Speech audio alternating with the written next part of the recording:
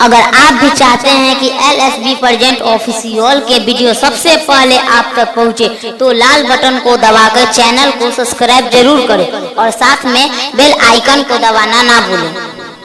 जब जब जुल्मी जुल्म करेगा सत्ता के गलियारों से चप्पा चप्पा गूंज उठेगा इनकलाब के नारों से, चप्पा चप्पा गूंज उठेगा इनकलाब के नारों से। देखी ग्राम पंचायत राज पारू दक्षिणी क्षेत्र संख्या 16 से कर्मठ सहयोग समाज सेवी एवं शिक्षित भावी मुखिया प्रत्याशी भाई नियाज अहमद के अपन एक एक कीमती वोट देके भारी मतों से विजयी बनाई।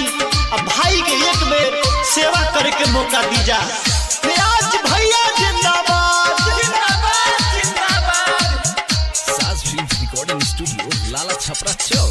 वोट मांगतानी हम सिरवा झुका के एक बात देखिए बेटा के जिता के, बेटा के जिता के। सुन चाचा सुन चाचा चाची बहिनिया भाई नया भैया के विजयी बनाई।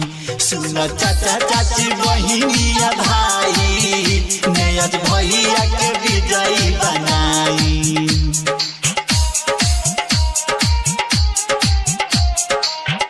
वोट मांगतानी हम सिरवा झुका के एक बात देखिए बेटा के जिता के, बेटा के जिता के। सुनी चाचा सुनी चाचा चाची बहिनिया भाई नया भैया के विजयी बनाई। सुनी चाचा चाची बहिनिया भाई नया भैया के मुखिया बनाई।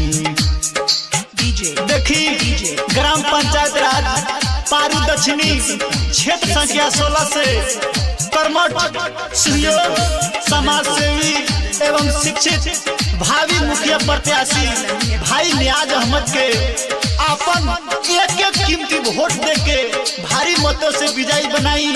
अब भाई के एक बेर सेवा करे के मौका दीजा। नियाज भैया जिंदाबाद जिंदाबाद जिंदाबाद।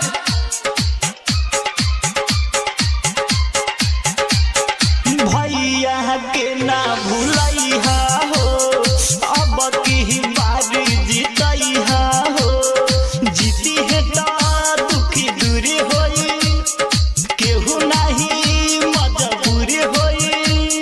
भैया के ना भूलैहा हो अब की बारी जीतैहा हो, जीती है तो दुखी दूरी होई केहू नहीं मजबूरी होई।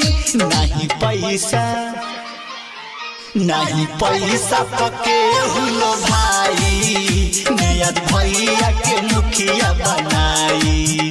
सुना चाचा चाची बहिनिया भाई नया भैया के मुखिया बनाई। देखी ग्राम पंचायत राज पारू दक्षिणी क्षेत्र संख्या 16 से कर्मठ सहयोग समाज सेवी एवं शिक्षित भावी मुखिया प्रत्याशी भाई नियाज अहमद के अपन एक एक कीमती वोट देके भारी मतों से विजयी बनाई। अब भाई के एक बेर सेवा करे के मौका दीजा। नियाज भैया जिंदाबाद जिंदाबाद जिंदाबाद। देखिए भैया अब की बार अपना पंचायत पारू दक्षिणी क्षेत्र संख्या 16 से मुखिया में अपना नियाज अहमद भैया के जितावे के बाद भारी मतों से विजयी बनावे के बाद सबका गई देखावे के रहे भैया। नियाज भैया जिंदाबाद जिंदाबाद जिंदाबाद। देखे देखी जानो का हो दीहे न केहू के धोखा हो। भैया ईमानदार बारे सबका से समझदार बारे देखे